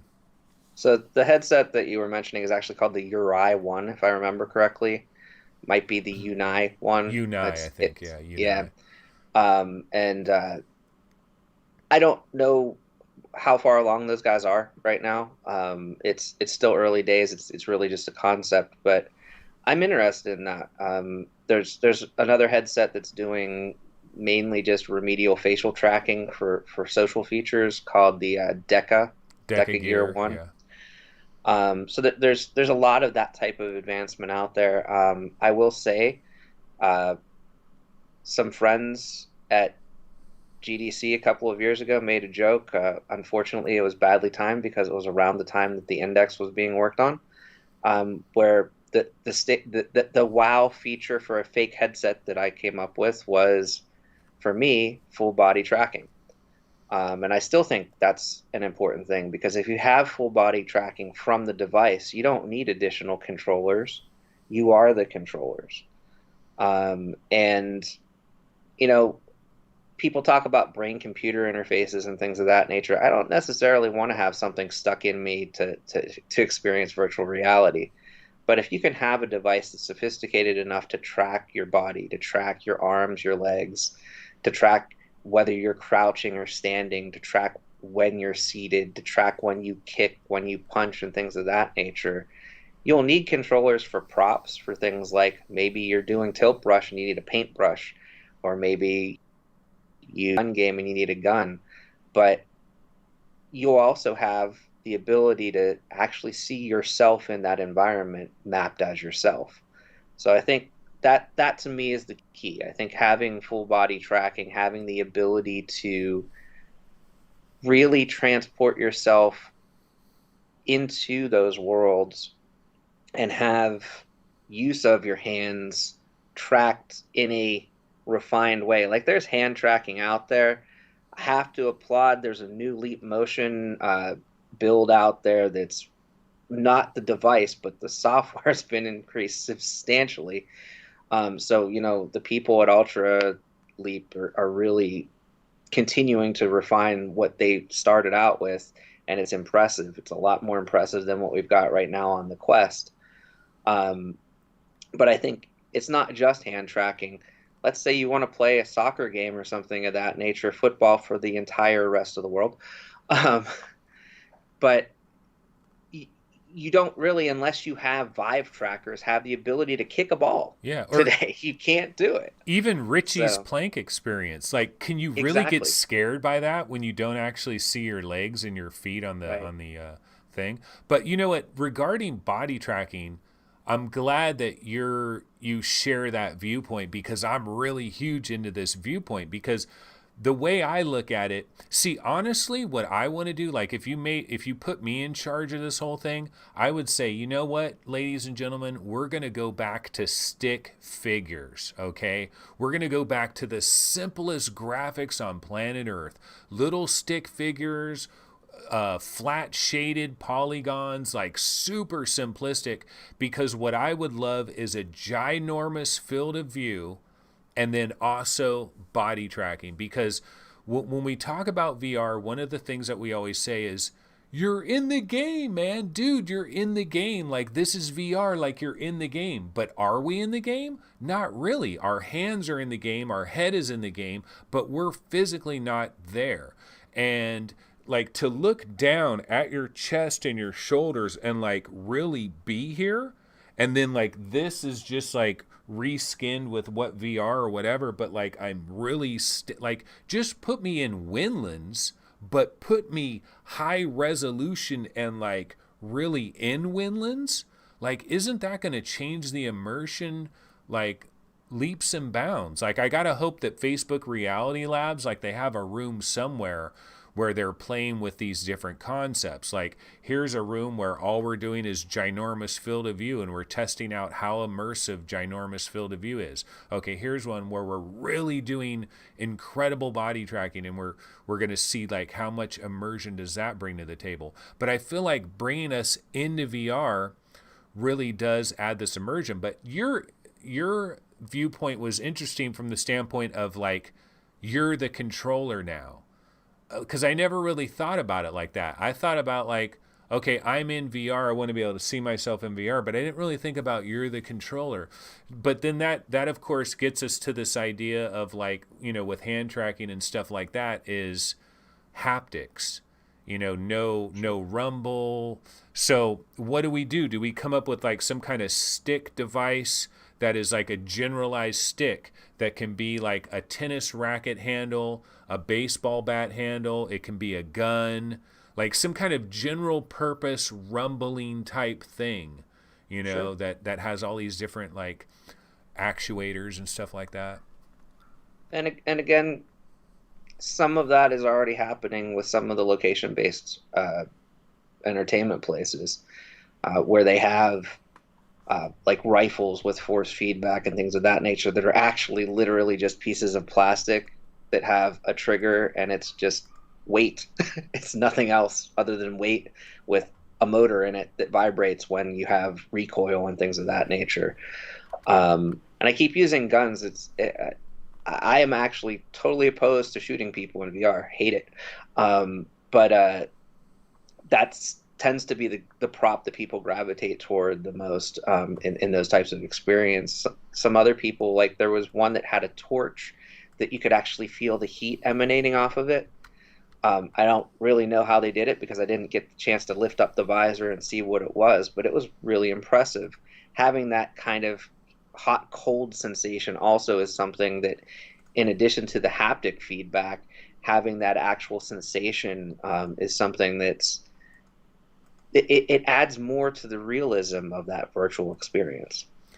So you mentioned location based experience, like location based entertainment centers and stuff like that, and that made me think of like some of the stuff that's going on in VR in general right now, is like the void and stuff. You know what I mean? Like, it kind of died. What do you think about that? I mean, obviously with the situation that we have right now, the pandemic that we've been in for all this time, and certainly a lot of VR arcades are going to really suffer tremendously, and most of them are probably going to die off, because it's really hard to say, okay, you come up with this idea to have like a VR arcade somewhere, and then it's like, hey, we need you to just pause your business for 3 years until the entire world figures this thing out, and then restart your business up 3 years later, now that everybody's been inoculated and we don't have a problem anymore.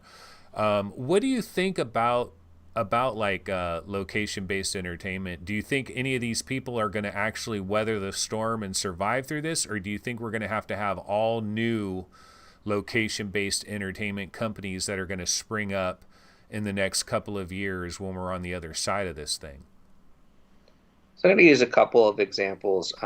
There's a company called 2-Bit Circus. I think they only have one operating location. They had two at one point. But there's one that was in Los Angeles. I don't know if it's actually even still there at this point. And half of their center was really focused on VR. The other half was focused on like modern version of the Midway. So it's got electronic devices. Instead of throwing a dart at a balloon and having to clean up that rubber and plastic, you throw a little plastic soft ball at a board that's got digital balloons on it and pops them. So it's that kind of Midway concept, bringing back like the knocking the bottles, the milk jugs down, that type of thing on one half, and then the other half is really a VR experience, where they had a mix of different either regular titles, arcade titles, and then made for them titles. And what they've ended up doing is expanding out to doing like virtual shows. One of the things that they had was a thing you could pay a little bit extra for, and you could be part of an interactive game show or an interactive murder mystery or things of that nature in their center. And they've actually expanded out to do some of that online through like Zoom calls and things of that nature, so that there's still some momentum, so that their name is still out there. Now, are they making money from that? Absolutely not. But at least it's still got their name recognition out there. What I noticed with the Void is the Void just kind of disappeared into the void. There was a couple of emails that they sent out saying, "Hey, we'll be back," if you were on their mailing list, but otherwise you didn't really see them at all. Spaces had some events. They had in San Jose, I don't know if you got the chance to do it, but they had a Terminator experience for a while at one of the AMC movie theaters. You could, outside of it, you could go do this Terminator thing. And they had a few, like, almost I'd describe them as pop-up location-based entertainment experiences in VR around the world. And what they did is they shifted to doing a in VR conferencing thing, and they had a tool that they built, I think it was just in Unity, where you could import different avatars, and you could have a whiteboard, and you could have different monitors and things of that nature, and different sets that you could use for conference calls and things of that nature, where maybe everybody's in VR, or maybe you're a teacher and you've got a bunch of students and they're just on regular video call, and you've got the ability to drop yourself into different scenes and things of that nature, and like present things to them to make it a little bit better learning experience. They ended up with that tool. Apple's now acquired them, so it's like there's all these things happening behind the scenes, where these companies, if they are making an effort to do something to sustain themselves, maybe they're getting gobbled up, because maybe that new thing that they've come up with is actually something that, at least in our current times, is more desirable to some of these bigger companies. There are still absolutely globally a bunch of VR arcades that are operating, that have instituted new safety measures. I watch a couple of other content creators. One of them has a VR arcade and posts pretty regular updates about like the status of their arcade and some of the cleanliness features and some of the safety features they've instituted. So I think the future is like, it's still there. I think it's on pause right now, and I think in a lot of cases, maybe the people don't know what to do to keep sustaining that business model. But that's happening with outside of VR too. Like the company I work for as a day job just rented a building for 12 years about 6 months before the pandemic hit, and now we're all working from home. Yeah. So it's like you never know how we emerge from this. But I do definitely think that at least some of those companies will be back. Some of the people behind those companies might start new companies or join other companies. Maybe they join forces. Um, and you also have to think some of these companies were really backed financially by huge companies. Like the Void, I know had investment from Disney, had investment from some pretty major players. So while that investment may have dried up for right now, when we're back to having that type of attraction based thing, it might come back. It's hard to say. Yeah, speaking of Disney, do you think companies like Disney and Six Flags and all these different like amusement companies, like we've seen some roller coasters where, you wear a little simple VR headset during the roller coaster and it's like you're in a jet plane or something. Do you think we're going to see more of that down the future? Like do you think 10 years from now when you go to Disneyland or you go to some Six Flags resort somewhere, do you think it's going to be damn near transformed by VR and AR and it's going to be like included in like most things will be VR and AR in some kind of way combined with some kind of physical thing that you're doing? Um, well, I think that's already started as a trend. There's a Super Mario Kart ride in Universal Studios Japan now that has AR aspects to it, where you wear a pair of AR, sort of AR glasses, and it projects an image of like the other competitors and other things happening in the Mario Kart race during this track ride. But I also think, why should you have to go to the park? 10 years from now, we'll probably be able to have that park in our living room. Already today, I can go to some really well-crafted Minecraft worlds or VR chat worlds and experience a lot of those rides. There's even like Disney Historical Institute has released actual recreations of rides. There's a Defunct Land ride now where you can do the old 20,000 Leagues Under the Sea, where all you really need is that motion. So maybe we get a motion platform in our homes at some point, and you subscribe to the Disney Park application or something of that nature, and you can actually experience the whole park from your living room. Um, I think I'm more inclined to think that that type of thing is probably going to become more of the norm rather than actually going out to these huge amusement parks and entertainment centers, because while we're in the midst of the pandemic right now and, immunizations and things like that might happen, there's still going to be that fear of going out into the world. We've been trapped in our homes for over a year now.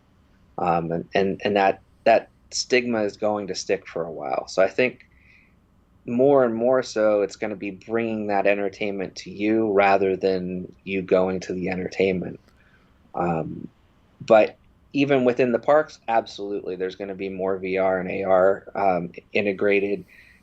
Disney was one of the front runners for having VR in their centers. They had something called Disney Quest in the mid '90s. I did not get to experience it, and it lasted a good 10 years, I think, where they had things like a magic carpet ride where you could be on in Agrabah riding alongside Aladdin and Jasmine. They had, I think, like a Hercules one. They had all different themed ones that were heavy, bulky VR apparatus on your head, but like you're on like a motorcycle basically that controls as this magic carpet or controls as a ship or controls as a horse or things of that nature. So I think that's always been at the forefront for them. Universal's definitely started to get into it. And there's going to be like Six Flags right now, I think has really only done like Gear VR style augmented roller coaster experiences. But I think they're even going to get more into more sophisticated technology, especially now that we've got the newer headsets with the newer chipsets. Yeah, you mentioned like a pop-up location-based experience thing, and I was just thinking like custom home mapper VR, like if you could use a whole bunch of quests and you had some kind of software like custom home mapper VR, you could make some kind of like thing where you make these physical objects like these chairs, and but you make it like really empty, so you just have the key things that you need, and then you could have Right. like it could be done really cheap. Like you're basically making like a little miniature void, but super cheaply and like temporary, like a pop-up void almost. I think that's something that could happen. But here's the thing, I don't know if you've been aware of this, but like Oculus, since the very beginning, there was one time when I was super interested in trying to create this like mobile VR arcade. I had this idea where I was going to have like this like VR setup where I would like drive to some business, and like in about 30 minutes I would set up like these like basically these demo stations for VR, and like demo people VR, and it was going to be like this mobile thing. Like I would be able to go to businesses and places and do it, churches or whatever, like schools and stuff.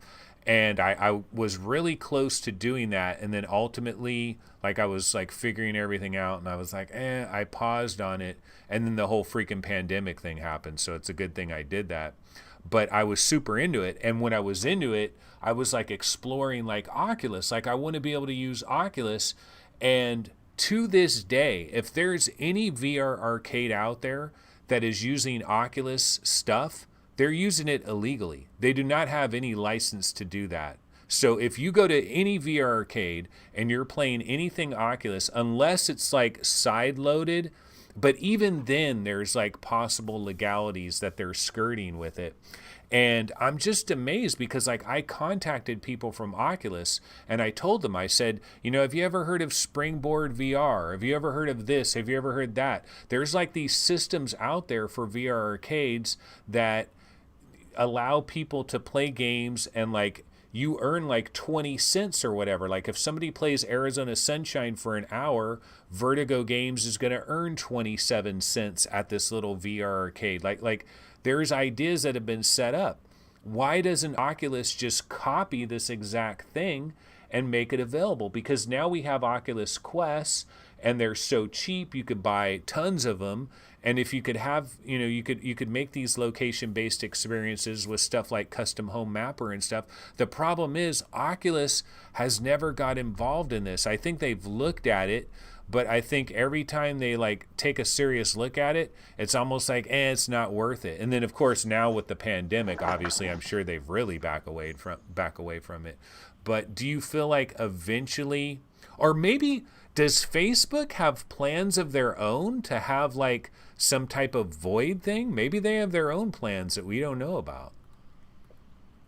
So Facebook definitely supported the Void because they helped them construct their headsets. So their headsets essentially were Oculus devices. The Void was at a couple of Oculus Connects as well, so they were definitely recognized, and there was some form of partnership there. Oculus for Business is tricky. They tried to do more enterprise use cases, like maybe the thing that sticks back to me is at Oculus Connect 6 they had that water identification where it was like there was a flood in your home and you were identifying where there were water spills, and that was basically one of the two experiences you could do hand tracking on the Quest.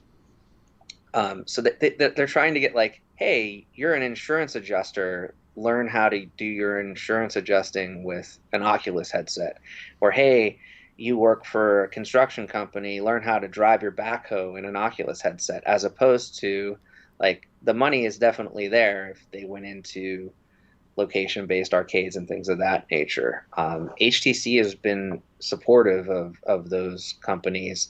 I don't really know where Valve stands. I know they do have licensing for arcades on Steam, for arcades and for like coffee shops that have back rooms and things of that nature. But Oculus has never really had a stand in it. I will say Oculus has some of the most impressive demos. They did that Dead and Buried Arena at Oculus Connect 5 that was completely mapped, where you could film it with an iPad and see all the competitors in the world, that the immersive world, as well as seeing the real world around it. It was very well done. There are people working on titles like that. Space Pirate Arena is still in development, as an example. So there are people that are working on experiences that will do that. Is that going to get official blessing from Facebook? I have no idea. But I think, you can't entirely put a stop to it. There's countries that can't even get Oculus headsets shipped to them directly that are developing applications that are arena scale. There's a title called Mission X that you can load on SideQuest right now. It's a multiplayer. Those players are all tracked in a single space quest game that's basically like a laser tag style thing.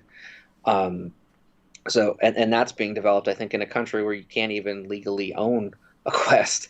So like there's a bunch of titles out there that there is a market for, and there is absolutely identification out there that you can build this, and the limitation is not being stretched. Like you're not modifying the hardware in any way to make this happen. You might be building some software tweaks that override things like Guardian or things of that nature, but you're not changing it so that it's at the core, it's still a Quest or a Quest 2 or a Rift or a Rift S. Yeah. I wish that they would get a little bit more officially into that, but Yeah. I would imagine with the pandemic that has definitely shelved those plans, but I don't know. I don't know what their long-term strategy is on that. But it's certainly interesting, to say the least. All right, Erik. Well, man, this was a nice interview. I definitely appreciate you coming on here. Let me once again go ahead and show you Erik's YouTube channel. So make sure to go ahead and subscribe, Erik Hartley on YouTube. And lots of interesting videos. How often do you pop videos? It seems like every other day or so. Yeah, I try to keep it on a schedule of Monday, Wednesday, Friday, but sometimes there's some more interesting stuff, and sometimes there's embargo dates. So typically embargoes drop on Thursdays or Tuesdays, depending on when people drop their title. So it varies, but I try to consistently at least post one thing on a Monday, a Wednesday, and Friday every week. And then sometimes you get a little bit more. Cool. Yeah, definitely a channel worth checking out. And thanks again, Erik. Really appreciate you joining me on this Sunday morning to talk a little bit about VR. And honestly, we didn't really touch all that much. So I definitely need to have you back on and do a much more thorough interview with a lot of other questions and a lot of other categories. But it was definitely fun to have you on. Great to be here. Thanks, Anthony. Okay, so that's going to go ahead and do it for this episode of VR 365, and we'll be back in the future. Make sure to check for us, and that'll pretty much wrap it up. All right, I'll see you guys then. Take it easy, and later.